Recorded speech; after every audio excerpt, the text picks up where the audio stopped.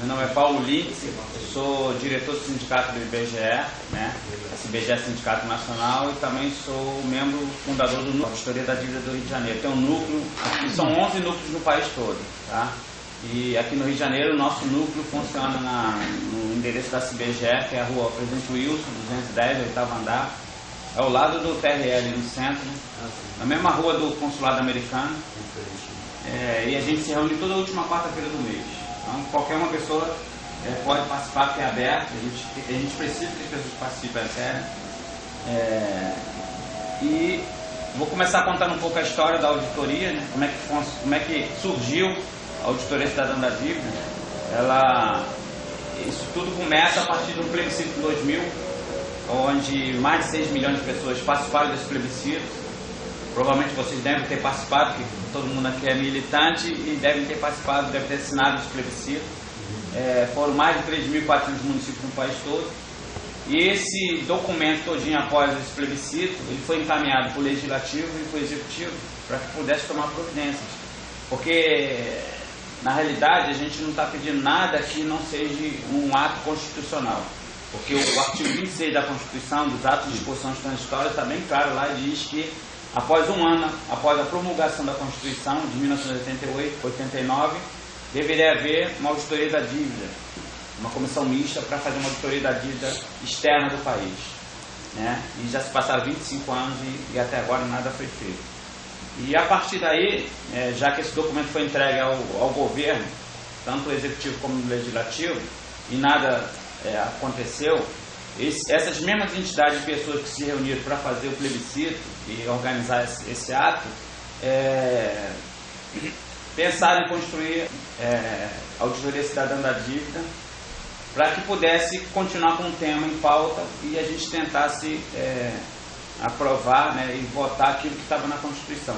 Então, naquele momento ali da primeira reunião, a única auditora fiscal que tinha lá, naquele momento, era a Maria Lúcia Fatorelli, e ela foi eleita a coordenadora nacional. Até hoje ela é a coordenadora nacional. Ela está licenciada porque ela está disputando a eleição pelo PSOL lá deputada federal pelo Distrito Federal, né? E a partir de lá a gente vem nessa luta aí, né? Então a gente primeiro tenta falar qual é o objetivo da auditoria. O objetivo da auditoria é empoderar a sociedade desse conhecimento. Primeiro, mostrar que esse tema, ele é um tema que qualquer um com um pouco de boa vontade e leitura entende o tema. E por conta disso, vai conseguir saber qual é o maior problema nacional hoje. Acho que nós temos hoje 2 grandes problemas nacionais. Primeiro, nacional não, acho que é até mundial, né? O primeiro é exatamente essa questão desse endividamento, porque esse endividamento ele não diz respeito ao Brasil só, ele diz respeito ao mundo, porque a dívida, a dívida externa, ela é utilizada como um mecanismo de opressão dos países mesmo. E a partir do momento que o FMI, que é um organismo internacional, ele impõe uma cartilha de intenções para que os países tenham que cumprir por conta desse endividamento, é isso que nós estamos sujeitos hoje. E mais a questão da própria democratização da mídia. Hoje a grande mídia está na mão desses poderosos, e por conta disso ela ajuda a disseminar essa política neoliberal que está no mundo afora. No Brasil a gente tem entendimento que essa dívida ela começa a explodir a partir dos anos 70, né, na ditadura militar, e aonde nós temos o chamado milagre econômico. Nesse momento é que essa dívida tem uma explosão astronômica, porque a gente sempre soube que nos anos 70 houve aquela crise do petróleo como sendo uma coisa assim que impactou muito no mundo, mas a crise do petróleo ela foi um elemento. O principal elemento, na realidade, foi exatamente esse endividamento, porque a partir de 1974 até 1974 o dólar tinha um padrão ouro, e por conta disso, para que você pudesse ter lá uma quantidade de dólar, você teria que ter em ouro nessa paridade.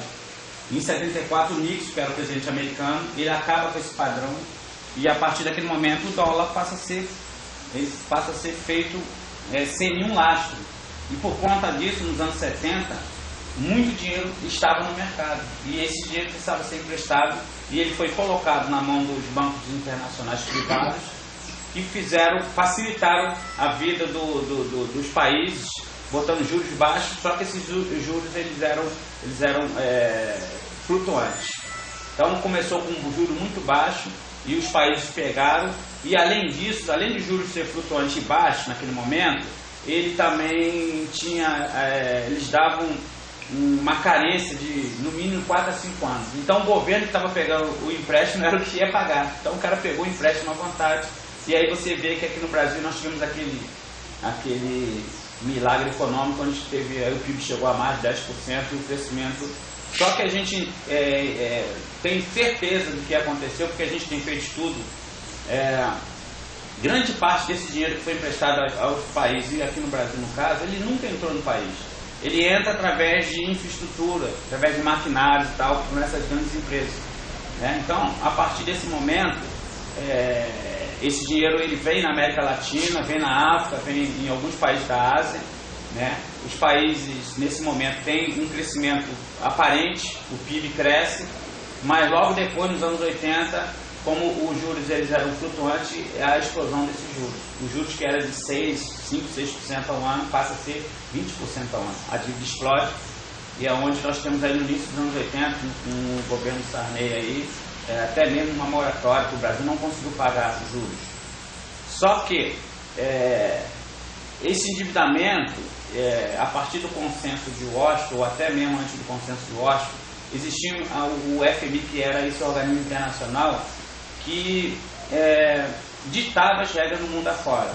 O FMI e o BIRD era que ditava toda essa regra no mundo, e no Brasil não foi diferente. Então a gente tinha aquelas missões do FMI que vinham aqui, que eram muito mal recebidas, e nós já fomos fazer até algumas manifestações quando chegava o bonde, numa dessas missões aqui do FMI, mas eles vinham trazer aqui um pouco de dólar para o país, e ao mesmo tempo esses empréstimos eles eram carregados de condicionantes. Porque o FMI e o BIRD nunca empresta dinheiro se não tem a condicionante, e a condicionante é você implementar políticas neoliberais.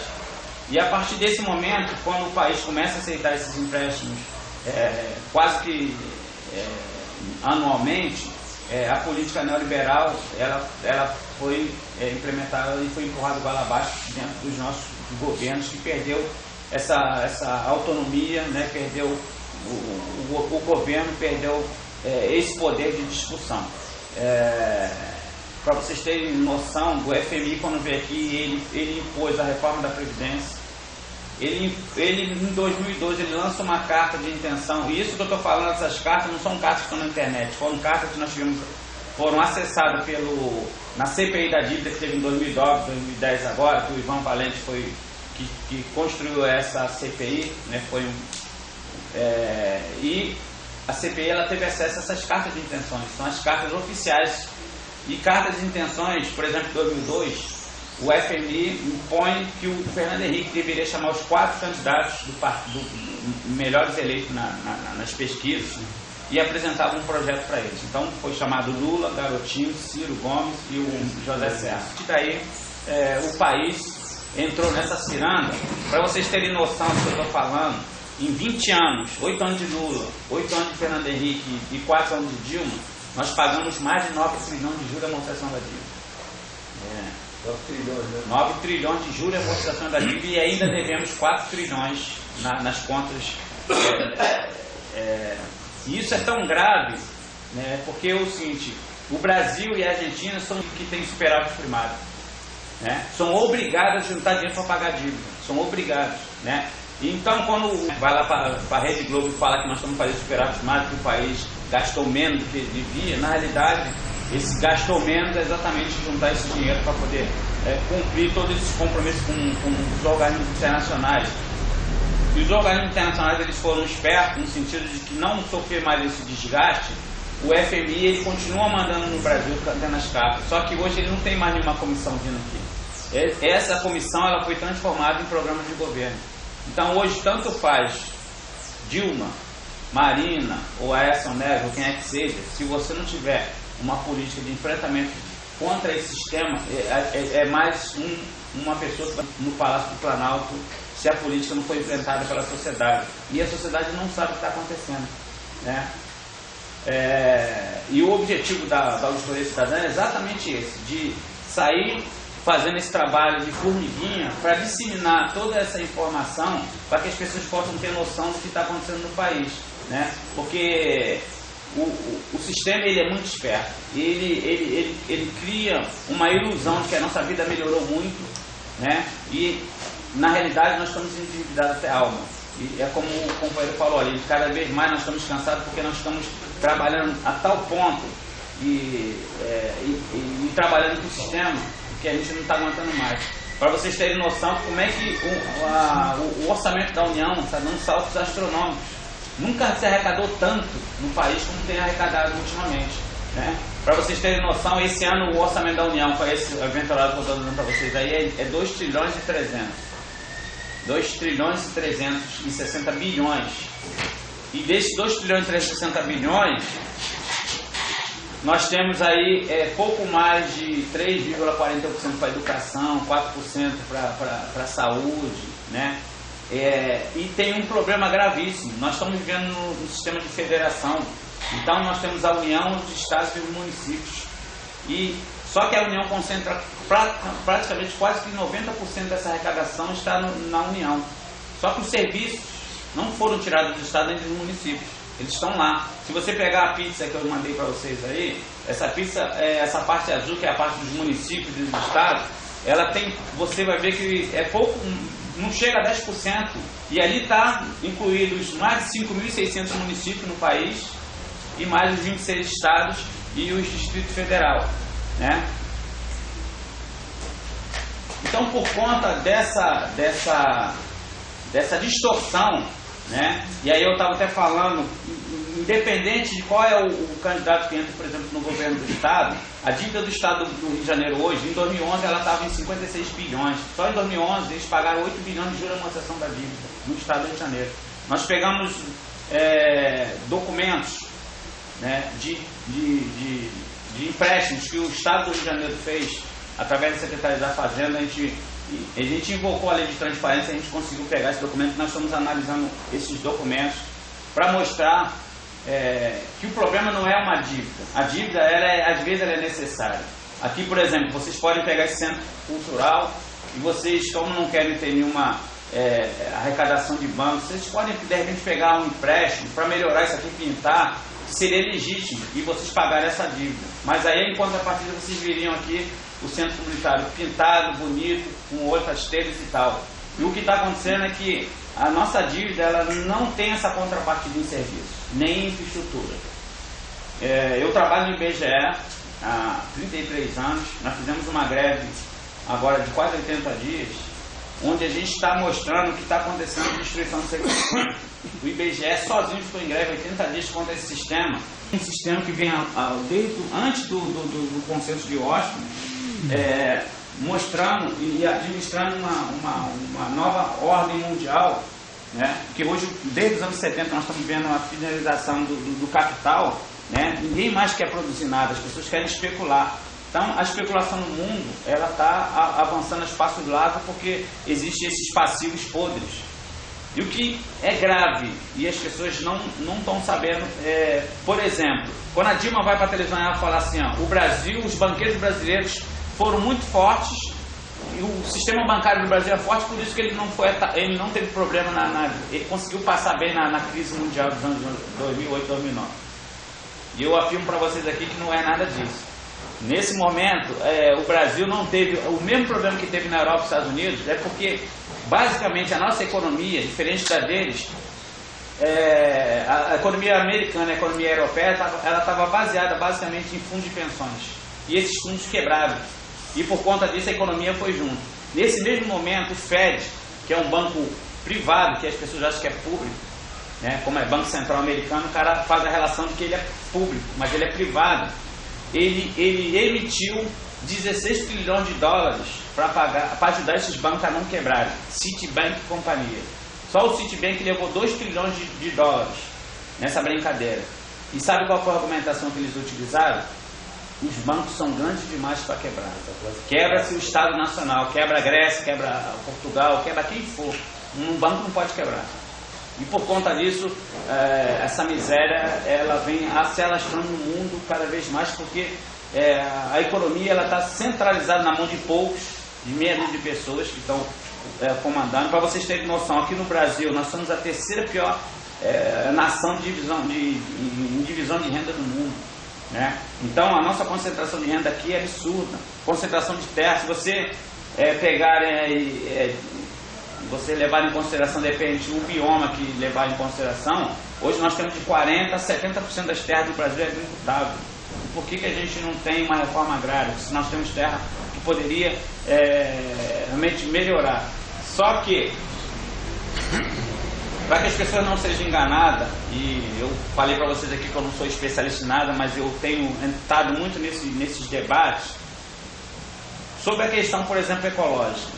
As pessoas falam, a Marina agora é uma pessoa que vem do ecológico, né, do mundo ecológico. E qual é a política ecológica que tem para o mundo? E essas pessoas têm que entender isso. A política que tem hoje ecológica no mundo é que você tem que construir, comprar ou vender crédito de carbono. Então o cara está dizendo que ele lá nos Estados Unidos ele pode poluir, mas o Brasil não pode. Isso quer dizer que o cara está te freando do teu crescimento. Você aqui só pode não poluir para que eu possa comprar o teu crédito de carbono, e por conta disso você não cresce. Se vocês olharem bem hoje como é que está a economia do país, ela está totalmente estagnada. Por quê? Porque a economia do país hoje ela é uma economia que está baseada na commodity. É um produto sem valor agregado. Então nós temos aí vendendo um ferro a preço de banana para a China e para o Japão. Nós temos aí a soja sendo vendida a preço de banana. Os últimos dados do IBGE, da PNAD, mostram que mais de 60% dos nossos grãos, que são mais de 200 milhões de toneladas no país, não tem armazenamento, não tem onde armazenar. Então, por conta disso, você não tem nem como garantir um preço melhor. Você é obrigado por conta de que você não tem onde guardar isso. E nós, da Auditoria Cidadã, junto com o pessoal do IBGE e de outras entidades, nós vamos trabalhando para tentar mostrar a sociedade que está acontecendo. Quando o Lula, em 2005, foi para a televisão e disse que pagou a dívida pública, né? Em 2003, é o que está acontecendo com a Argentina agora, foi criada uma cláusula chamada cláusula CAC, e é o que eles estão colocando agora os novos empréstimos para a Europa, essa cláusula que não existia nos empréstimos deles. Essa cláusula é uma cláusula especial, onde ela garante que sai a discussão da dívida, ela deixa de ser do governo federal, do Congresso Nacional, e passa a ser dos 85 maiores credores. Esses caras é que decidem sobre a nossa dívida. Se amanhã a gente não tiver condições de pagar o juro e a amortização da dívida, a gente vai ter que ser, essa questão vai ter que ser arbitrada no fórum em Nova York, que é um fórum que não é um fórum internacional. A Argentina, por exemplo, é uma nação soberana. Como é que um fórum na Nova York pode arbitrar contra um país que é soberano? E o Brasil tem essa mesma cláusula. E nesse mesmo momento a coisa é tão grave, antecipa pagamento de títulos da dívida. E quando você antecipa qualquer pagamento de títulos, de qualquer coisa, você tem que ter um deságio, você tem que ter desconto. 70% de ágio nos títulos, de valor de face. E aí, a argumentação que o Lula utilizou foi assim, que ele não podia frustrar o mercado. Então, um título que tinha R$100 de valor de face, pagou 170 por esse título. E a partir desse momento, os novos títulos que foram produzidos, eles foram introduzida essa cláusula chamada cláusula CAC. E agora, quase que a grande maioria da dívida mobiliária do país, ela tem essa cláusula que tira toda essa soberania do país. Então nós, da Auditoria Cidadã, não estamos pedindo nada que não seja constitucional, como eu falei aqui do artigo 26 dos atos de disposições transitórias. Nós temos uma ADPF, que é uma ação de dispositivos fundamentais constitucionais, o número dele é 59, que foi feito pela OAB e pela Auditoria Cidadã, que já foi ao Supremo, e na época quem era o relator do projeto, do processo, era o Aires Brito. Ele aposentou, entrou o Luiz Barroso, agora que é o novo ministro, e isso está parado. Nós já entregamos várias provas ao Ministério Público e também não avança. E a gente entregou a ele, no mesmo dia que nós entregamos esse documento sobre sobre a dívida pública, a gente entregou um documento para eles, que é um estudo que qualquer um pode ver que está na internet, chama-se Anatomia de uma Fraude à Constituição. O artigo 166 da Constituição brasileira, ela tem suspeita de fraude, né? Porque a gente sabe que na Constituinte você poderia fazer uma votação de primeiro turno, e essa votação, quando ela ia para o segundo turno, ela não poderia mais ter uma votação de mudança de mérito. Então, ele só poderia no segundo turno consertar alguma redação ou modificar coisas menores. Mas no segundo turno foi introduzida uma linha, nesse artigo 166, uma linha B, que dá totais poderes para a dívida pública, né? E essa letra nunca foi votada. E na época quem era o ministro era o Nelson Jobim, né? Esse professor da UNB, Benayon, ele mostra nesse estudo provas, né, de tudo isso. A gente entregou isso ao Ares Brito, e ele perguntou se tinha provas, ele falou, está tudo aí comprovado, mas não teve nenhuma ação em relação a isso, tá?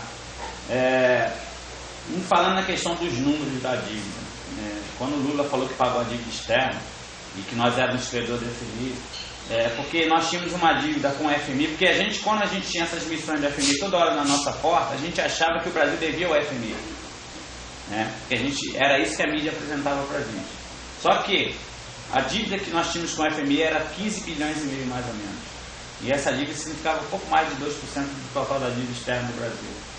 Essa dívida com o FMI, ela tinha juros de 5% ao ano.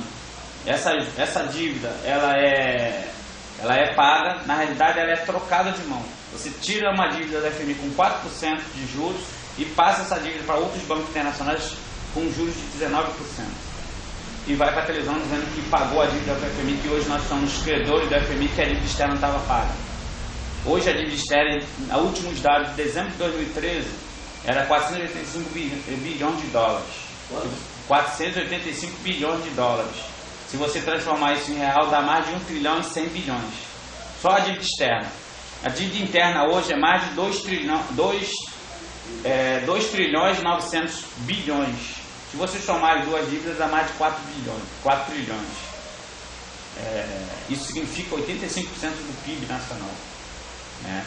Então, aquilo que o Lula disse que pagou, e que a população acha, porque, como eu falei para vocês aqui, eu acho que tem dois temas que são importantes, exatamente essa questão da democratização da mídia e mais a questão da dívida, porque no mesmo momento a televisão, as mídias escritas e faladas, ela enalteceu, né, em um momento esse evento, e como o Lula era uma pessoa de credibilidade para a sociedade brasileira, isso passou a ser uma verdade absoluta. Até hoje, algumas pessoas, a maioria das pessoas que se perguntar, a dívida está paga, nós não temos dívida nenhuma, né? E o pior, se vocês pegarem ali, está escrito ali, juros e amortizações, né? Nós temos provas de que a dívida ela continua sendo fabricada e alimentada, ela não entra mais dinheiro no país. O que está acontecendo é o seguinte, qualquer uma dívida de qualquer um mortal, um simples mortal, que você faça uma amortização, a dívida tende a diminuir, não a crescer. Porque o que é uma amortização? É você pagar os juros da dívida e mais alguma coisa do principal. Se eu estou pagando do principal alguma coisa, ela tem que tender a diminuir. E a nossa dívida ela tende a crescer. Porque hoje nós temos duas fontes de pagamento de dívida. Uma é a tributação, que vai muito bem, obrigado. O Brasil nunca arrecadou tanto, né? E a segunda é exatamente essa criação de títulos para que você possa pagar mais dívidas. Aí você vê, por exemplo, a questão da taxa Selic. Hoje a nossa dívida interna e externa, porque tem uma definição do que é dívida externa e o que é dívida interna. Dívida externa é uma dívida de capital estrangeiro com pessoas não residentes no país. E dívida interna, capital nacional com pessoas residentes no país. Só que hoje isso não existe mais. Tem gente no estrangeiro com dívida interna e tem gente no país com externa. Como é que isso acontece? Porque é o seguinte, hoje nós temos, não sei quem joga carta aqui, é o dealer, poker. Dealer é quem dá as cartas. E hoje nós temos os dealers dando as cartas. São os grandes bancos, são 12 grandes bancos, que de 6 em 6 meses eles são trocados, que são eles que têm o direito de comprar o título da dívida pública. e a partir deles existe um leilão e eles sentam lá e falam para o governo: não, nós vamos comprar, mas nós queremos que seja remunerado a tal valor, 5 em cima da taxa Selic. Tem banco estatal. No banco estatal ele é um mecanismo, ele é um dos mecanismos de usurpação desse poder econômico, como é, por exemplo, o BNDES. O BNDES, ele hoje, ele ajuda nesse endividamento do país. Eu tinha falado para vocês aqui sobre a questão do títulos Blade, e eu vou explicar o que é os títulos Blade. Os títulos Blade foram o seguinte: tinha um determinado momento que títulos da dívida brasileira estavam totalmente desvalorizados, o Brasil estava em baixa. E um título que, por exemplo, valia R$30 no FAS, na FAS R$100, e ele estava no mercado a 30. Então, um americano, que o sobrenome é Blade, ele fez uma engenharia onde ele pega todos esses títulos desvalorizados, o Brasil paga valor de face, valoriza um título que era 30, paga 100, então tu valoriza 70%, e esses títulos são transformados em títulos Blade. E esses títulos Blade são transformados em títulos globais, que são as moedas que foram que usaram para ser a privatização. Então, olha como é que foi a manobra. O cara pega um título que era desvalorizado, valoriza o título, transforma em título Blade. Esse título Blade transforma em título global, e esse título global compra as empresas estatais a preço baixo. Então o cara ganha um montão de vezes, né? Além dele pegar um título. E o pior, esse título ele é transformado em título Blade. Os bancos é que dizem quais são os seus títulos que estão no seu poder que você quer que transforme. E tem título que a gente tem desconfiança que nem era válido. O banco apresenta: aqui, meus títulos são esses. E esses títulos foram validados, tá? Como acontece na lavagem de dinheiro, é exatamente isso, né? O cara pega uma coisa que é irreal, que é ilegal, e transforma em legal, mesmo que ele perca dinheiro, mas aquele não existia, né? Então, esses títulos foram transformados em títulos que serviu como moeda de troca, de compra das nossas estatais e bancos também, né? E aí, nesse mesmo momento, os bancos estaduais, por isso que a dívida do Estado cresceu absurdamente. Essa dívida estadual, que era privada, de bancos privados, ela foi transformada em título de dívida pública. E a partir daí, essas dívidas, os estados que não tinham uma dívida passaram a ter dívida, né? E hoje essa dívida ela foi renegociada em 97, né? E absurdamente, o pior, os títulos da dívida, eles não são títulos que você paga em 1 ano e 2 anos, são títulos para 30 anos. Então você está pagando hoje títulos que você renegociou lá atrás a 19, 20% ao ano ainda, enquanto a Selic está aí a 11%. Porque o título vale por 30 anos. Tem título que vai 2030, 2040, e você vai ter que pagar, e uma geração que nem sabe dessa dívida vai ter que pagar. Se você pegar hoje os últimos números do IBGE da população brasileira, que são hoje, os últimos números são 202 milhões de pessoas, se você dividir 4 milhões mais ou menos, você tem aí quase 20 mil reais para cada habitante. Era 4 algum tempo atrás, agora já são 20. E isso é uma dívida impagável. E o objetivo da auditoria é exatamente esse, de fazer uma auditoria dessa dívida, diferentemente de que do calote. Nós não apregoamos e não defendemos o calote, nós defendemos a auditoria, porque na auditoria você vai mostrar toda a ilegalidade e eles não vão ter como cobrar isso. Porque se você propõe um calote, eles, como eles têm a mídia na mão, é o que eles estão falando agora que a Argentina não está fazendo. Ele falou que a Argentina não está fazendo calote. A Argentina não fez calote nenhum. Ela pagou. Só que o que aconteceu na Argentina? Como você tinha uma cláusula CAC, você fez um acordo com alguns bancos, mas com alguns credores, só que sobrou uma meia dos credores que não aceitaram, foram para a justiça e ganharam. E o fato desses credores menores ganharem, os outros que fizeram acordo vão ter que ganhar a mesma coisa que eles ganharam. A gente não tem dinheiro para pagar, aí o cara alega que ela está dando calote, né? Então, acho que basicamente o que eu queria mostrar para vocês é mais ou menos isso que está acontecendo, porque esse cenário que eu apresentei para vocês aqui, a grande parte da população não sabe o que está acontecendo. porque o cara vem mostrando o mundo irreal para os trabalhadores brasileiros. E aí, por isso que você não consegue avançar na educação, na saúde, nem vai avançar porque não tem dinheiro.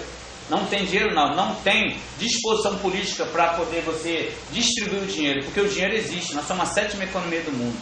E nós vivemos assim um enorme paradoxo. Nós somos a 3ª pior divisão de renda do mundo, pior IDH, nós somos o 85º lugar na educação, nós somos o penúltimo lugar nos investimentos, 60% da população brasileira não tem saneamento básico. Só que os governos, eles analisam os índices individualmente, e aí você consegue maquiar. Você vê só uma política que as pessoas, até mesmo do movimento social, defendem, que é a questão das bolsas de estudo.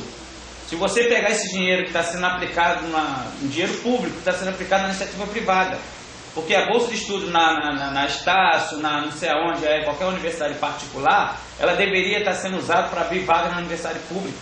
E haveria 3 vezes mais vaga do que as bolsas que eles estão dando. Porque na realidade esse projeto é o quê? Para beneficiar o capital, o dono da escola lá, o dono da universidade, né? Como eles estão fazendo com o Pronatec. O que é o Pronatec? O Pronatec é o dinheiro público sendo investido no Sistema S. Se vocês pegarem o Senai, o Senac, antes do Pronatec, vocês vão perceber que os custos eram muito mais baratos. E aí, como eu já sabia que ia acontecer, que tem custo que saiu de 300 para 3 mil. Por quê? Porque quem paga... Não, e de graça. Mas o cara sabia que tinha um projeto que ia financiar isso, eles supervalorizaram os custos, e esse dinheiro está sendo aplicado, né? Onde você aplica dinheiro público no Sistema S, no sistema da Firjan, né? E diz que é uma grande coisa que está se fazendo. Só que a população é enganada, porque é o seguinte: quando você tem um pensamento individualizado, você constrói uma sociedade egoísta e que não é igualitária.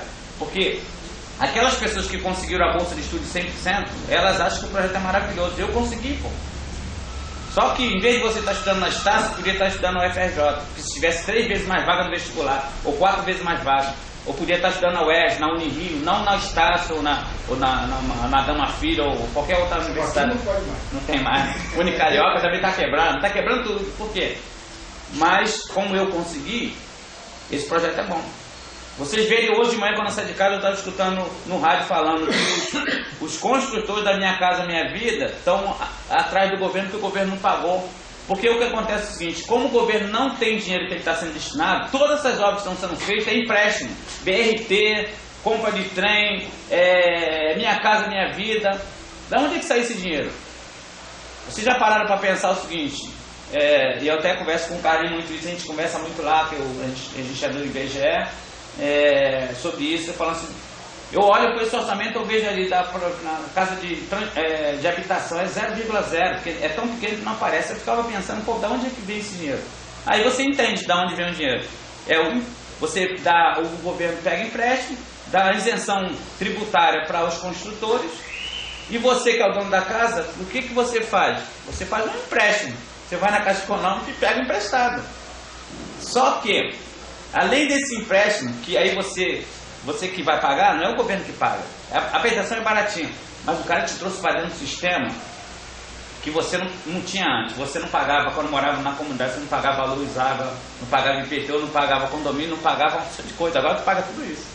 E eles atenderam várias partes do sistema que não tinha essa arrecadação, porque o cara não pagava nada disso. Apesar dele não perder, porque é o seguinte: quando você vem numa questão da energia, por exemplo, de uma comunidade que tem lá 1000 pessoas, 500 pagam, 500 não pagam, os 500 que não pagam, a Light ou qualquer outra empresa não vai perder, ela vai distribuir para os 500 que pagam, porque ela sabe que ali tem tantos quilowatts, eu divido pelo número de consumidores que pagam, e alguém tem que pagar, porque não existe almoço de graça. Então a gente tem que entender que nós estamos sendo ludibriados por conta de projetos. Para vocês terem noção, por exemplo, da Minha Casa, da Bolsa Família. Bolsa Família é um projeto que aporta, que sai do governo em torno de 40 bilhões anual. Sabe o que significa isso? Significa 20 dias da dívida.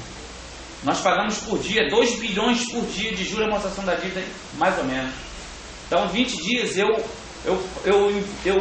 utilizo um exército de pessoas, porque o IBGE já levantou, são 15 milhões de famílias. Se tu botar, são mais ou menos 4 a 5 pessoas por família, 50 e poucos milhões de pessoas que estão atuteladas pelo Estado.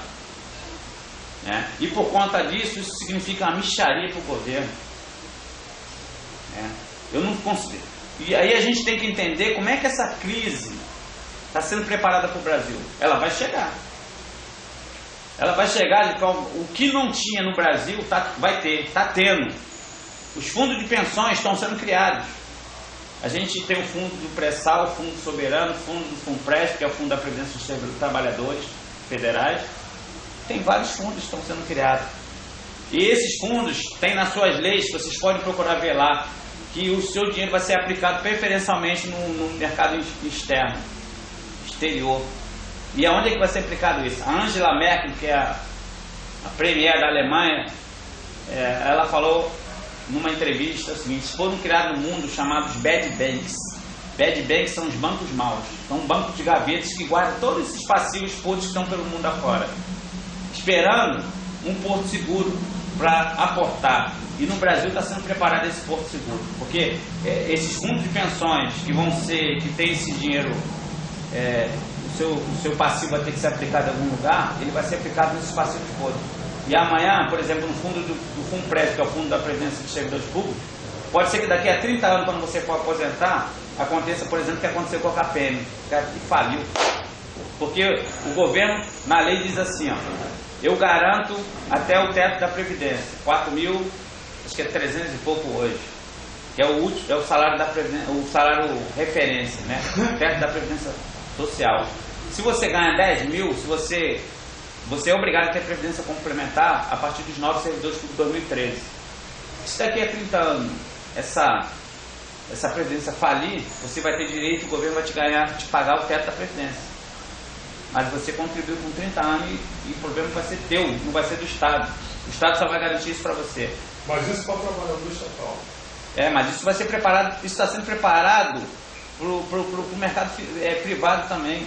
Você vê só, não sei se vocês sabem, tem 2 projetos no Congresso Nacional sobre a flexibilização da CLT. Tá? Então, o que é ruim hoje, CLT que é ruim, ela vai se tornar pior. E tem um outro projeto, que é o projeto chamado Código de Trabalho. Esse Código de Trabalho, ou você vai utilizar a CLT flexibilizada ou o Código de Trabalho, o que for pior. Tá? Então, eles estão preparando o chamado fator 95, porque nós, servidores públicos, temos que trabalhar até 60 anos e tem que ter 35 anos de contribuição. A soma disso tem que dar 95. E vocês não, da iniciativa privada, mas tem um projeto para caminhar para isso. Todo mundo vai ser igualado. Então, eu, por exemplo, quando eu não tenho idade para aposentar no IBGE, eu tenho 35 anos de trabalho, mas se eu tiver 55 anos, eu só posso aposentar quando eu tiver 60. Então, com 35 anos, eu estou com 55 anos, não posso aposentar. E aí, quando eu tiver 56, eu abaixo para 59, até eu poder ter uma data mínima, uma idade mínima para poder aposentar. Tá? Porque cada ano que eu passar de 35, eu diminuo um de 60. Então, eu vou ter que trabalhar 40 anos para aposentar, antes que era 35, né? Não é mais. E isso está sendo preparado para vocês também. Né? E a grande maioria das pessoas não sabe o que está acontecendo no Congresso Nacional. Porque um Congresso que é formado, que tem 513 deputados, onde quase que 80% é empresário, tu espera que qual político que saia de lá. Então, na minha visão, é o seguinte: o problema da gente não é candidato. Apesar de ter muitos candidatos fracos, mas o problema da gente é projeto. Se você, para melhorar o país, você tem que enfrentar o projeto neoliberal. Senão, você vai botar lá Dilma, Aécio, Marina, quem for, vai ter que cumprir a agenda que está aí determinada. Nosso problema não é esse. Nosso problema é como é que isso vai se dar de enfrentamento com o sistema. Senão, a gente não vai conseguir avançar na melhoria do país. Isso acontece no estado, no município e assim sucessivamente. Né? Para vocês terem noção, com essa acúmulo de dinheiro, de arrecadação na União, Hoje o prefeito, por exemplo, ele é o mero gerenciador do governo federal.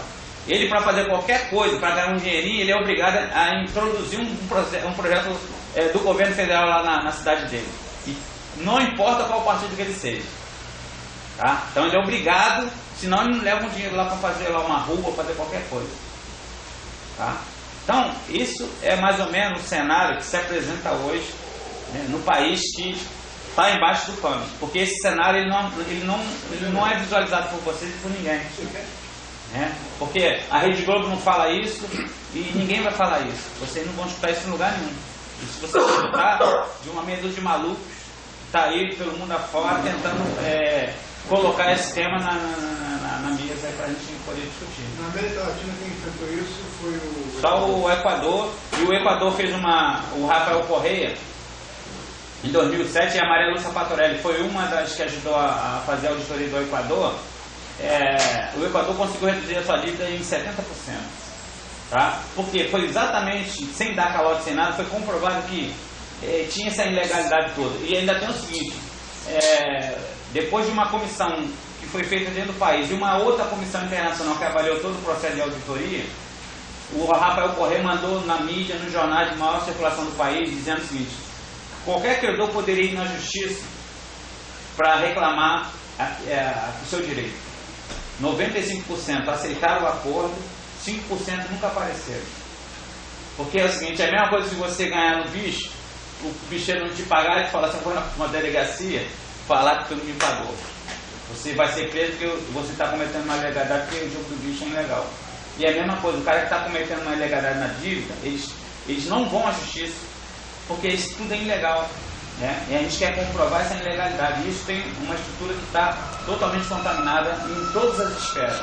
E o modus operandi é o mesmo, em todos os países, exatamente, em todos os continentes. E agora eles estão transportando isso que foi feito na América Latina, na África, por muitos anos, para a Europa, né? Com essa zona do euro. Se vocês prestarem atenção, o euro ele tem a mesma característica do dólar. Porque quem é que faz o euro europeu? É o Banco Central Europeu, que também não tem lastro, o cara emite à vontade. A gente aqui não pode emitir real à vontade. E ainda tem outra coisa que as pessoas não falam. A questão da política econômica ela é totalmente equivocada. A política econômica que nós temos hoje no país, ela tem dois tipos de inflação. É a inflação dos produtos administrados e a inflação de produtos, de alimentos.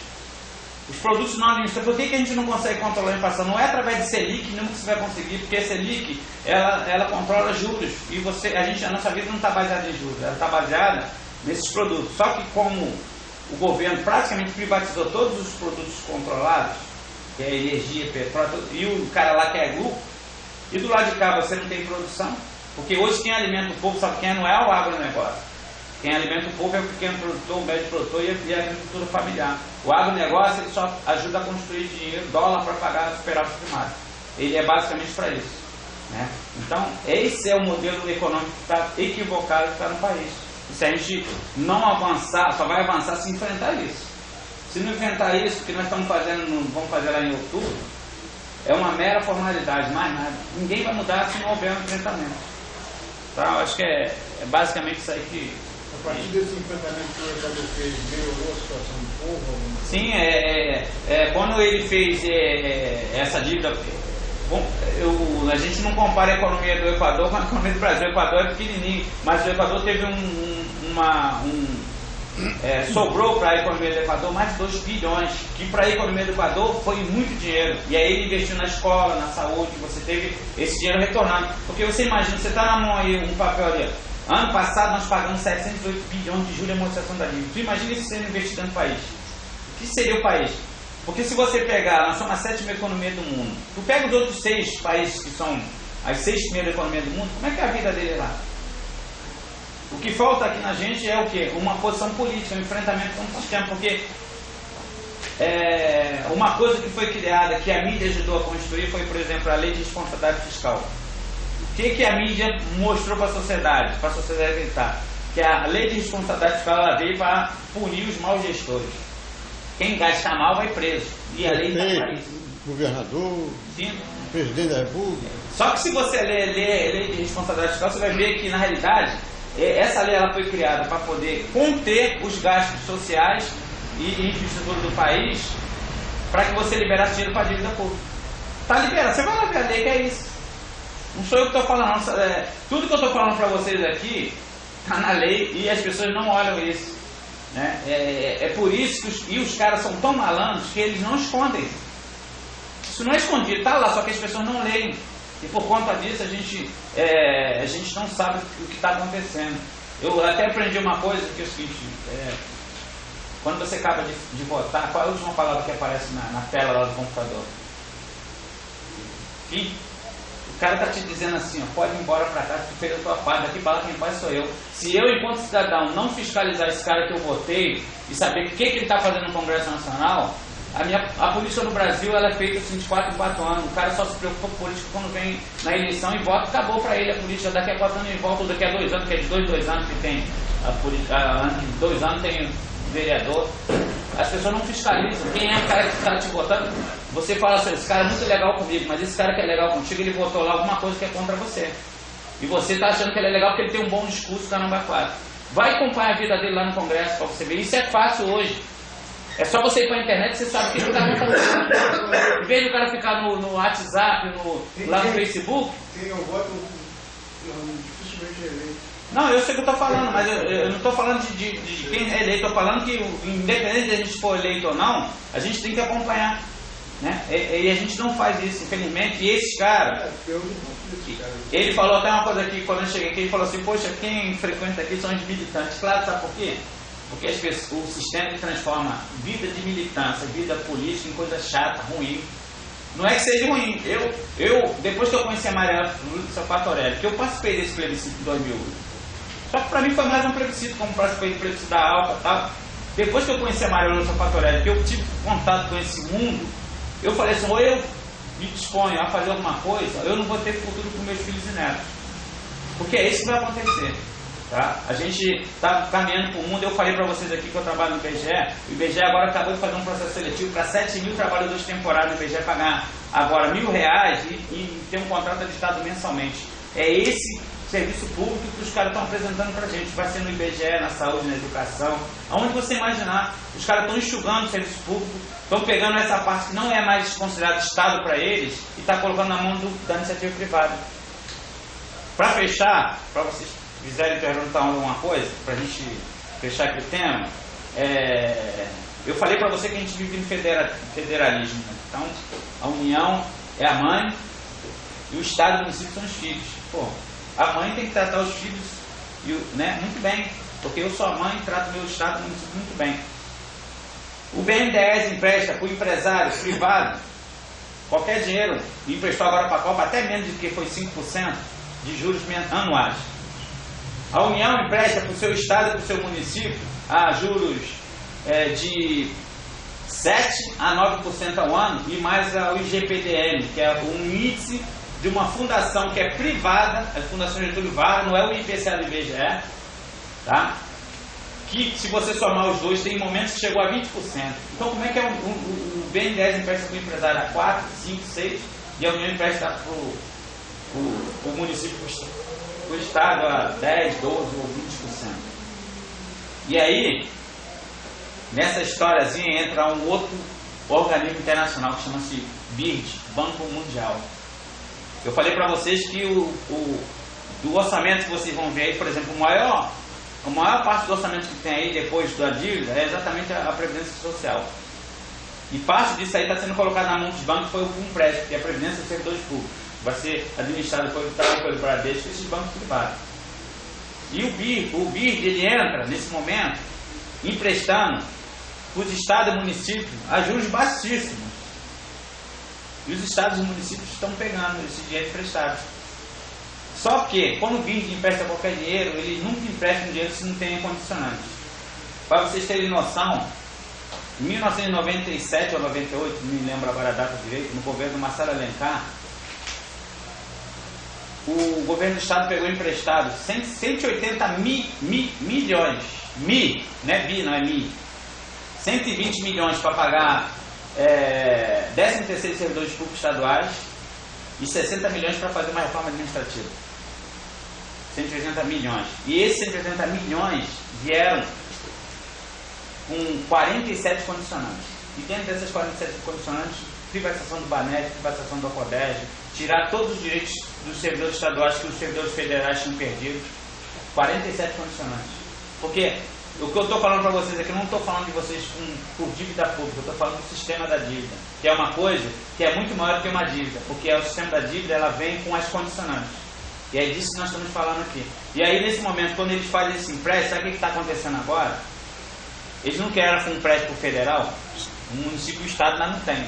Então, o Estado, o Banco Mundial propôs o seguinte: eu quero criar uma consultoria para ajudar vocês a construir um fundo de pensão para a aposentadoria dos servidores estaduais e depois vai ser para os municipais. Dos 26 estados, 23 aceitaram, 18 já levaram. Sabe quanto que o Banco Mundial está emprestando para cada um? 5 milhões. Vocês sabem o que significa isso? Significa que daqui a pouco a previdência de aposentadoria dos servidores estaduais vai ser privatizada. Então, os caras, vocês sabem que a única parte que falta privatizar é exatamente essa aí, das nossas aposentadorias. Vai ser, já foi com o federal, vai ser com o estadual e municipal. E eles vão tomar conta de todo esse orçamento. E aí tem uma lei, todo o orçamento da União não executado vai para pagar dívida. O que significa isso? Significa que eu peço sempre mais, não executo, sobra dinheiro e vai para pagar dívida. Eu pego 100 milhões para educação, executo 50, sei lá quanto for, o resto vai para pagar dívida. Agora, para a Copa do Mundo, foi pedido um orçamento de 90 bilhões. Você sabe quanto eles executaram?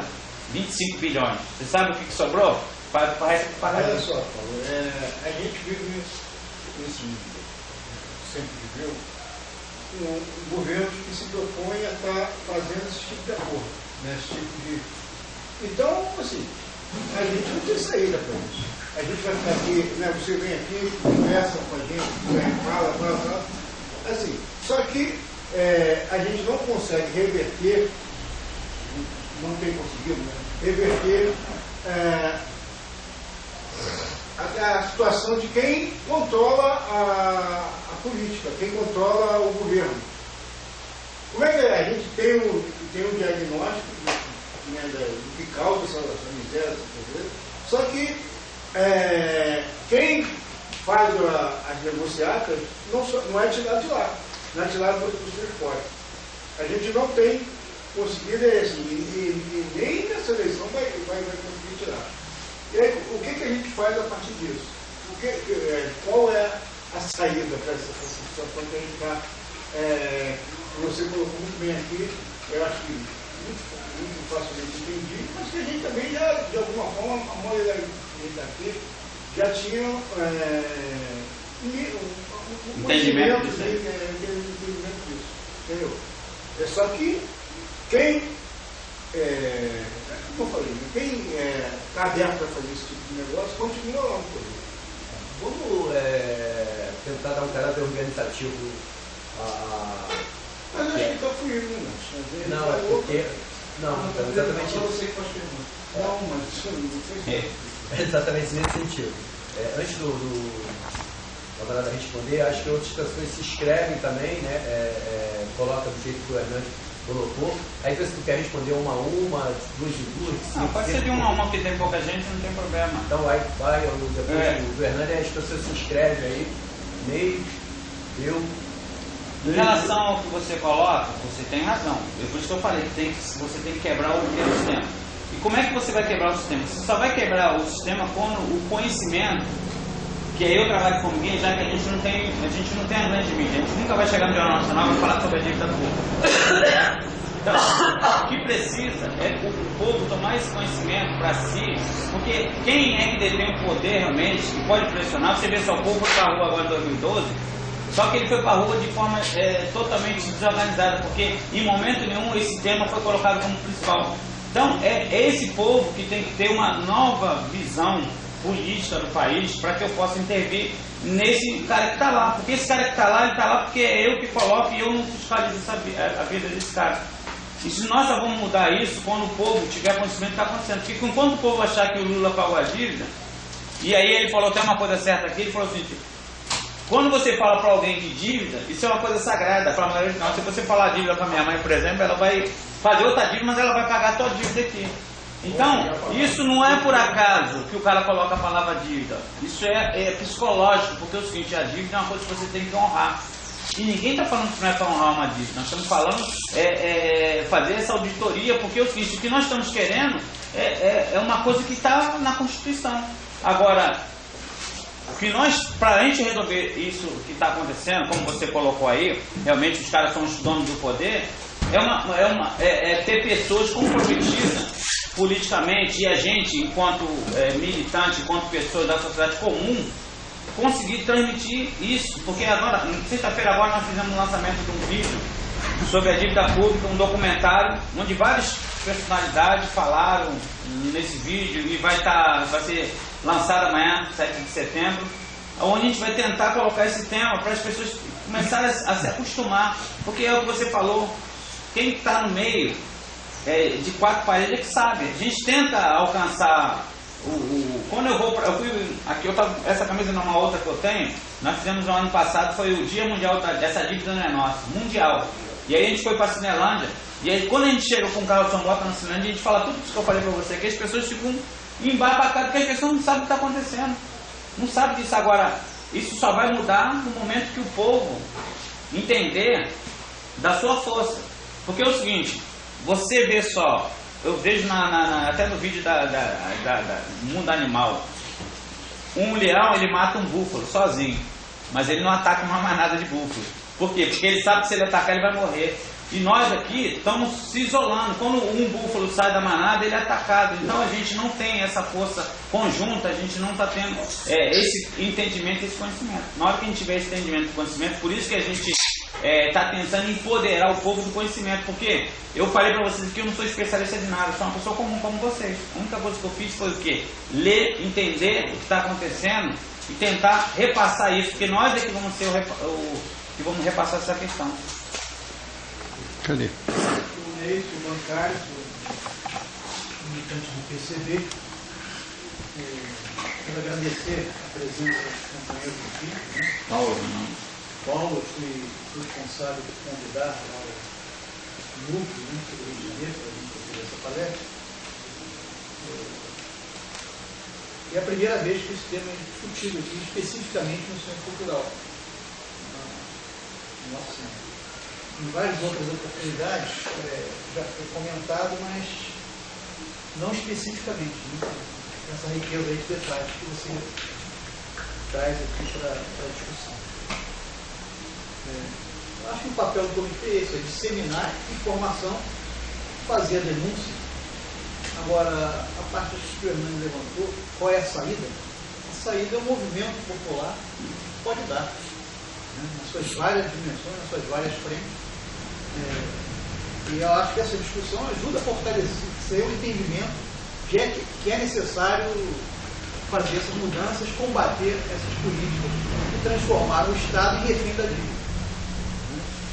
Hoje, o que eles fazem? Essas candidaturas, elas se propõem a ser gerentes do Estado para gerenciar essa situação dentro desse sistema.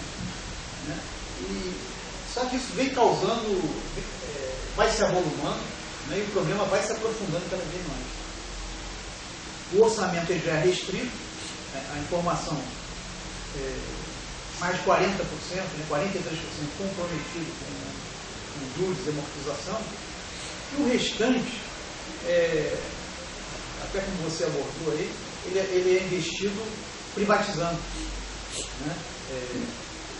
A pequena fatia aqui da saúde, por exemplo, é investida nas OS, no município, no IFCER, etc. Ou seja, cada vez mais o investimento público ele é transformado em mercadoria, os serviços públicos são transformados em mercadoria, e são caros e são ineficientes, não atendem a população. Eu acho que isso aí faz parte de uma luta política geral. Mas eu acho que disseminar essa informação a cada atividade dessa, é importante que o Centro Cultural passe também a disseminar essa informação. E transformar essa indignação em ações. em ações políticas. Então, eu queria parabenizar, não era bem uma pergunta, mas eu queria parabenizar vocês sobre isso. Mas deixar uma pergunta aqui, um questionamento. Quando a gente fala que a gente quer auditoria, né, não é simplesmente o caótico, né? Mas a dívida tem a questão legal, tem a questão do legítimo. Né? Essa dívida ela vai se tornando ilegítima à medida do tempo. Ela acumula juros sobre juros, e que, como por exemplo, você mesmo falou aí, na época da privatização das estatais, foram aplicados títulos podres para comprar essas empresas. Então, a dívida gerada a partir daí ela é legítima? Então, é uma pergunta que eu queria deixar no ar aí para vocês e para quem está participando do debate. Não só a partir desse período, mas o nosso questionamento é exatamente a gente identificar em qual período da história essa dívida ela se torna legal. Porque essa ação que nós temos no Supremo Tribunal, ela está pedindo a ilegalidade e ilegitimidade da dívida brasileira. Então pode ser que essa ilegalidade ela aconteça até muito antes disso. E se existe uma auditoria, ela identifica qual é o período, tudo que vier após a ilegalidade tem que ser abortado, ela não pode existir. Né? Então, por isso da importância que você tem que ter da auditoria da dívida. A gente tem até suspeita de que nos anos 70, na época da ditadura, e onde começa o crescimento dessa dívida, ela foi usada pelos estados, porque era muito flagrante o governo federal financiar descaradamente a ditadura, e nesse momento os estados eles foram investidos, emprestado dinheiro para os estados para que eles pudessem fazer todo esse aparato de repressão da ditadura. Então nós temos essa desconfiança. Né? Então a auditoria ela é exatamente isso, para que a gente identifique em qual momento existe uma ilegalidade e a partir dessa ilegalidade você abortar, você não ter mais nenhum tipo de dívida, porque o que mais preocupa o sistema é que a gente não utiliza os dados da nossa cabeça de teses. O que nós utilizamos são os dados do governo. Todos os nossos trabalhos que são feitos é em cima do dado do Banco Central, é em cima do dado do CIAF, é em cima do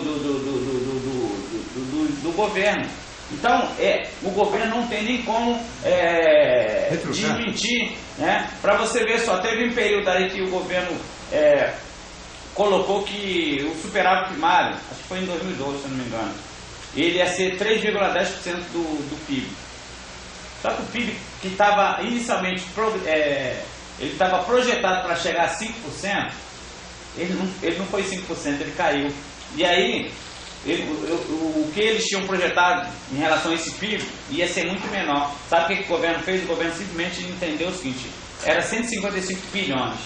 Então, ele não usou mais o percentual de 3,1% e transformou isso em números, 155 bilhões, para você não ter a queda na arrecadação do superávit primário.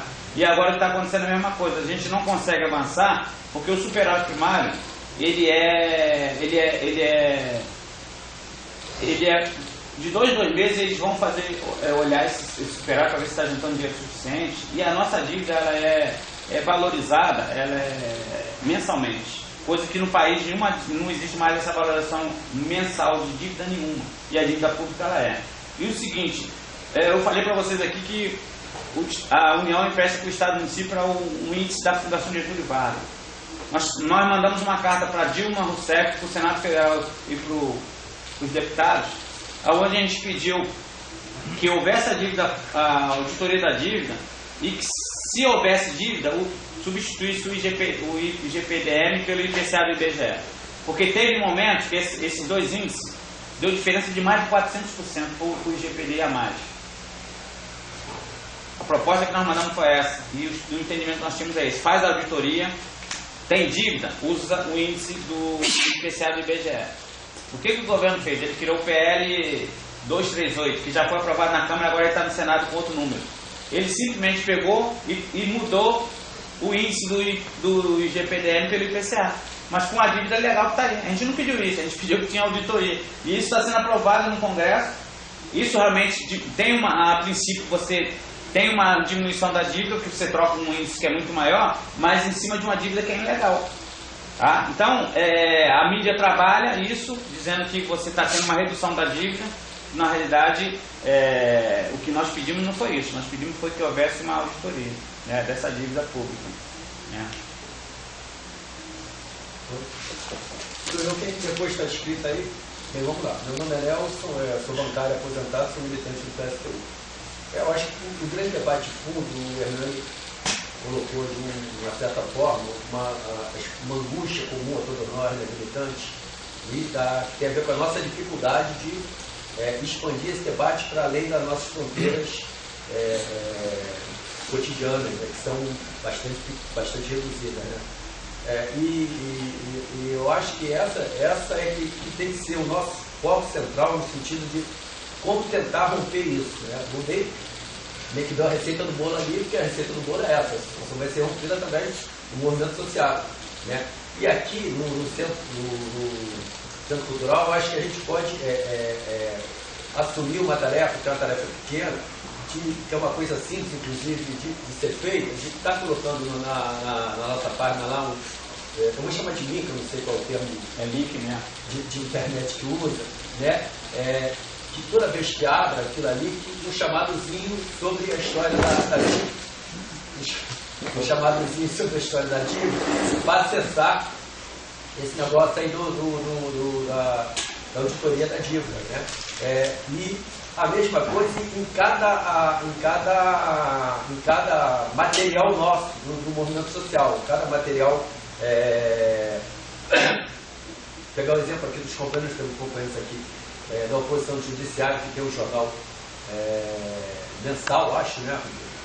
O jornal mensal. Oi? Bimestral. Que também acho que tem que pegar essa tarefa, ou seja, colocar lá uma chamadazinha lá, em todo jornal está fazendo esse negócio, incentivando as pessoas a terem acesso a esse material que está aqui, né? Ou está aqui na outra coisa, conteúdo é a mesma coisa, sobre isso. E aqui, para nós, acho que a gente tem que aproveitar e tentar construir mais atividades que nem essa, se apoiando centralmente aqui no material que chame essa molecada aqui do CEPET, que é um grande desafio que a gente não consegue, por debilidades nossas, estar fazendo isso. Acho que é uma tarefa que está ao nosso alcance fazer um materialzinho para chamar uma atividade similar a essa daqui a 30, 60 dias, não importa, mas a gente completando aqui, procurando o pessoal aqui do CEPET, do Grêmio, Centro Acadêmico, que exatamente é o nome do negócio aqui, para estar tentando juntar pessoas aqui para estar formando essa consciência em relação a essa história da dívida. Fora disso aí, no movimento social. Tem uma coisa aí em relação à dívida que está gritante, muito gritante, já teve um pouquinho mais, mas está muito gritante, tem a ver com o processo europeu lá do Banco Central Europeu, que eles chamam de Troika, Banco Central Europeu, né, que tem a ver com a história da dívida, que quebrou diversos países e está levando a miséria enorme lá na Europa. Né? Eu queria que tu falasse um pouquinho sobre essa história aí, já deu uma pincelada, mas fala um pouquinho mais sobre isso, porque no fundo é mais ou menos a mesma coisa do meu ponto de vista. Né? Nós do Núcleo temos feito várias palestras na universidade e tal, é aquilo que eu falei para vocês aqui, até mesmo dentro do curso de economia das universidades públicas, as pessoas não têm conhecimento disso aqui, porque eu falei, uma parte do que está sendo aprendido na universidade é uma economia neoliberal, então por conta disso, esse curso que deveria ter uma visão maior que esse não tem. Inclusive no dia 15 agora eu estou sendo chamado para fazer um debate ali com o pessoal de uma faculdade ali frente ao consulado americano, uma faculdade que tem aqui, eu esqueci o nome agora, no dia 15, de 11 às 13 horas eu vou estar lá. Né? Em relação ao que está acontecendo na Europa, é a imposição desses organismos internacionais. Porque é o seguinte, aqui no Brasil, por exemplo, você vê uma coisa, antigamente, quando a gente sofria aqui a visita das missões do FMI, e essas missões do FMI, elas eram rechaçadas pela oposição. E provavelmente vocês devem ter passado muitas manifestações contra eu participei também, exatamente. E aí, isso era um desgaste muito grande para o FMI. Ver como é que os caras pensam. O que eles transformaram isso? Eles transformaram essas missões num projeto do governo. Eu não preciso mais, o FMI continua aqui. Quem é que sabe que o FMI continua aqui? Poucas pessoas sabem, mas ele continua dando as cartas no país. Porque se você pegar toda essa política que está no país hoje, é exatamente através daquelas cartas de intenção do FMI que foi implementada no país dos anos 90 para cá, de 80 e pouco para cá, é que vem introduzindo toda essa política e a gente está simplesmente cumprindo isso. No caso da Europa e nos Estados Unidos, foi a mesma coisa, porque tudo começa com a zona do euro. Quando o cara, tu vê que a Alemanha não entra nessa brincadeira, os países que estavam mais estruturados não entraram na brincadeira, então os países pobres, porque você administrou a pobreza na Europa, porque eram moedas que eram diferenciadas, umas com valores maiores e outras menores. Então, aquele país que tinha a moeda menor, você tinha uma correlação de força diferenciada. E a questão da Europa, ela foi elevada por conta dessa crise que começa nos Estados Unidos, que na realidade a crise imobiliária, que foi no setor imobiliário, ela foi só um elo. O que leva à crise mundial, e essa crise mundial ela não afeta efetivamente o Brasil, por conta daquilo que eu falei antes, é que na Europa, nos Estados Unidos e na Europa, basicamente a economia era em cima desses fundos de pensões. Né? E os fundos de pensões começam a estar essa quebradeira. Mas tudo isso são imposições do FMI, do Banco Mundial, do FED, porque o FED, muita gente não sabe, ele é um banco privado. Tá? Ele é um banco privado que tem ramificações no mundo todo. Hoje, eu até aconselho, não sei se todo mundo aqui conhece, tem um site chamado Instituto Mais Democracia. Se vocês entrarem lá, vocês vão ver como é que tem essa ramificação. Eles pegaram 800 maiores empresas do país, aqui do Brasil, e mostram como é que elas são interligadas. Né? Telefonia, por exemplo. Fundo de pensão, por exemplo. Você sabia que o Itaú, ele é o terceiro maior controlador do Itaú é o fundo de pensão, não sei se é a Petros ou a Previ, o fundo de pensão do trabalhador, que é um dos grandes controladores do banco privado, né? Então, essa política que foi implementada na América Latina e no Brasil e na África, nos anos 80, ela já está consolidada aqui e eu precisava expandir isso para outras áreas.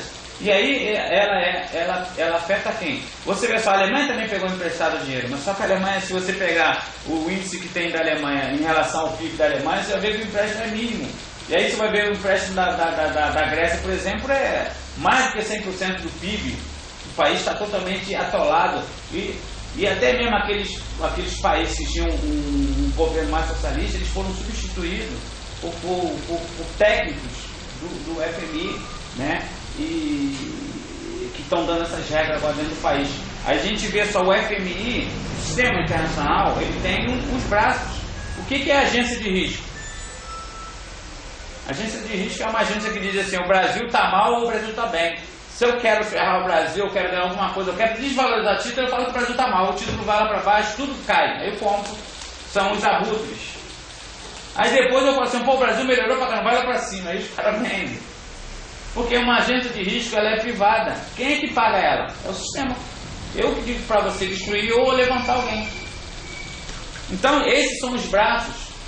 O FMI, o BIRD, as agências de risco, né? E mais algumas outras, alguns fundos de pensões que estão a serviço desse capital. Aqui no Brasil, por que eles não querem fazer o Banco do Sul e fazem... Porque o BNDES já tem essa atuação. Hoje o BNDES está aí ajudando o capital, não é ajudando a sociedade brasileira, está ajudando o capitalista, tá? Com juros baixíssimos, né? Emprestando. Uma vez eu estava num debate na UERJ lá, e estava um cara do BNDES, e ele falando que o BNDES tinha total controle sobre os empréstimos. Eu perguntei assim, então tá, se ele tem total controle sobre os empréstimos, como é que o BNDES emprestou a Aracruz, que na época estava sendo acusado de trabalho escravo? Como é que você vai, o banco estatal vai emprestar dinheiro a uma empresa que está sendo acusada de trabalho escravo? Então, esse modelo, ele está sendo utilizado não só para a questão do endividamento, é para a mudança de toda estrutura, porque é o seguinte, nós só temos duas variáveis no sistema capitalista. Uma chama-se lucro, outra se chama salário.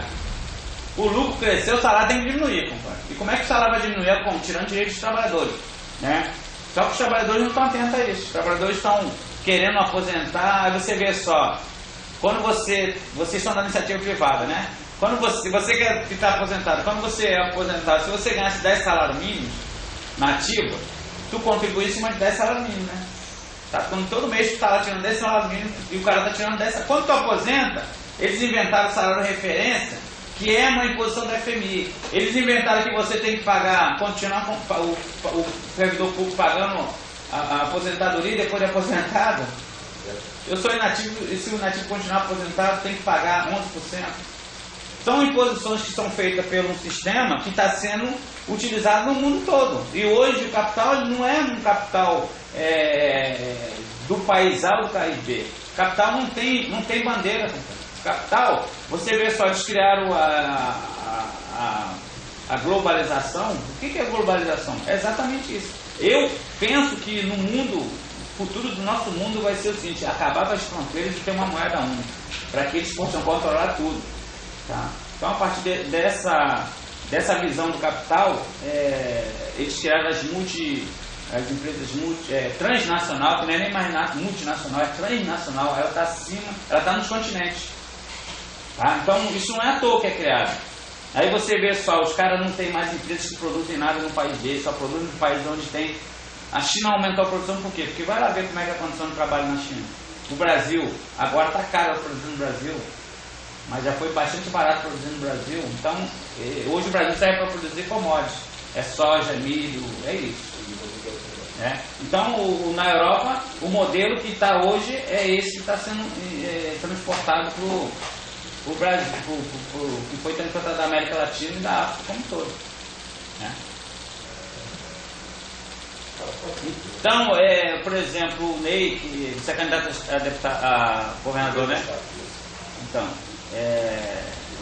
eu acho que é um trabalho que tem que ser feito, por exemplo, essa questão do endividamento do Estado.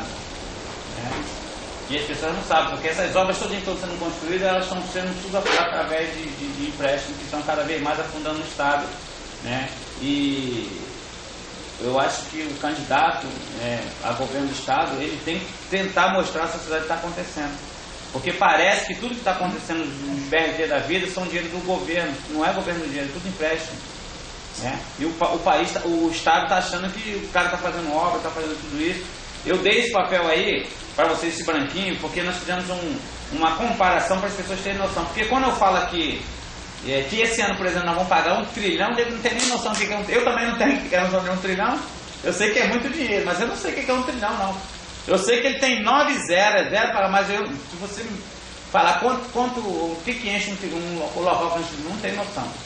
A gente fez comparativo com coisas que são mais ou menos palpáveis para a gente ter noção. A gente botou aí para trás que daria para fazer 624 Maracanã. Daí o nego brigou, pô, o Maracanã é muito caro, um Maracanã é caro para tamanho, dá para fazer 624, compadre.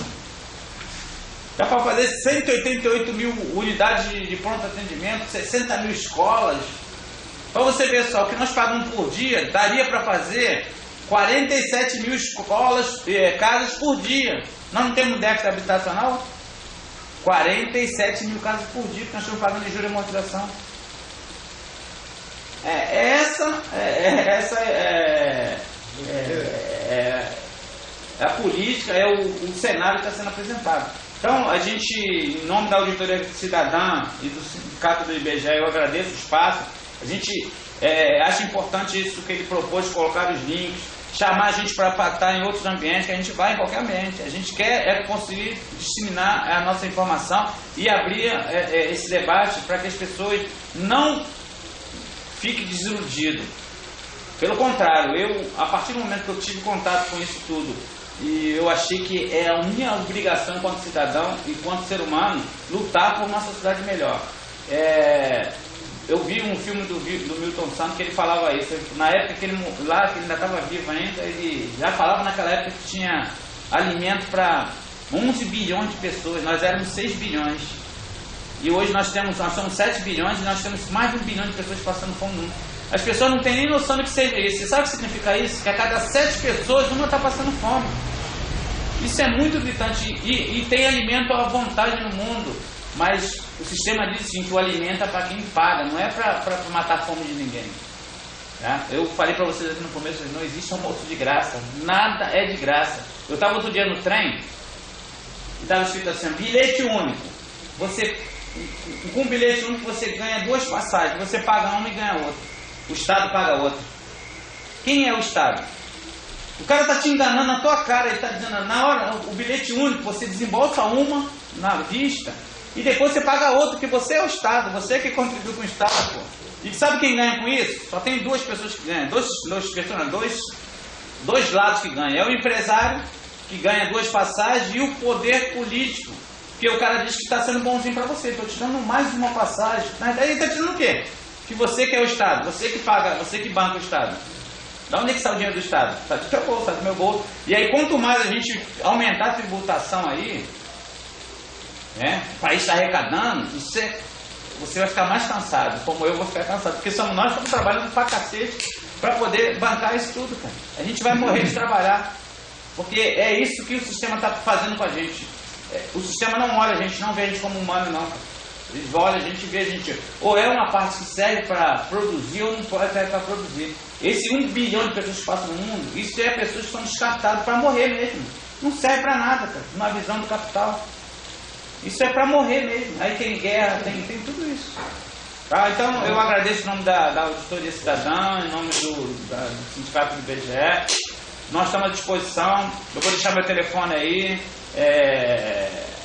E aí é importante vocês botarem o link da Auditoria Cidadã, que aí tem a página, para vocês entrarem lá, vocês verem lá tudo isso que nós estamos falando, essa informação, está tudo lá, Maré Fatoré com vários vídeos e tal.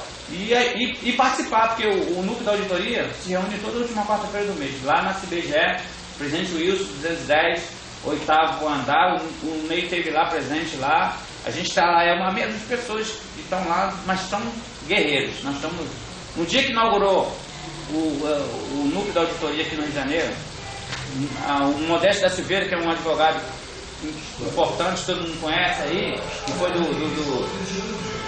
um grande advogado dos presos políticos, ele falou assim, nós estamos mexendo, ele é um dos criadores também desse núcleo, nós estamos mexendo no cerne do poder, nós podemos fazer qualquer coisa a qualquer hora. Você não falou que quando você falou da Palestina alguém invadiu o seu e-mail? Nós estamos sujeitos a tudo isso. Mas um dia eu vou morrer mesmo, tá? Tanto faz eu ser agora ou ser depois. Eu acho que o cara que definiu para mim a morte, que definiu a morte da melhor maneira possível para mim, foi o Chicanismo. Ele falou assim, eu não tenho medo de morrer, eu tenho saudade de morrer, eu tenho pena de morrer, porque eu vou deixar tanta coisa boa, meus filhos, netos, minha mulher e amigos. É isso que a gente leva da vida. Falou? Um abraço.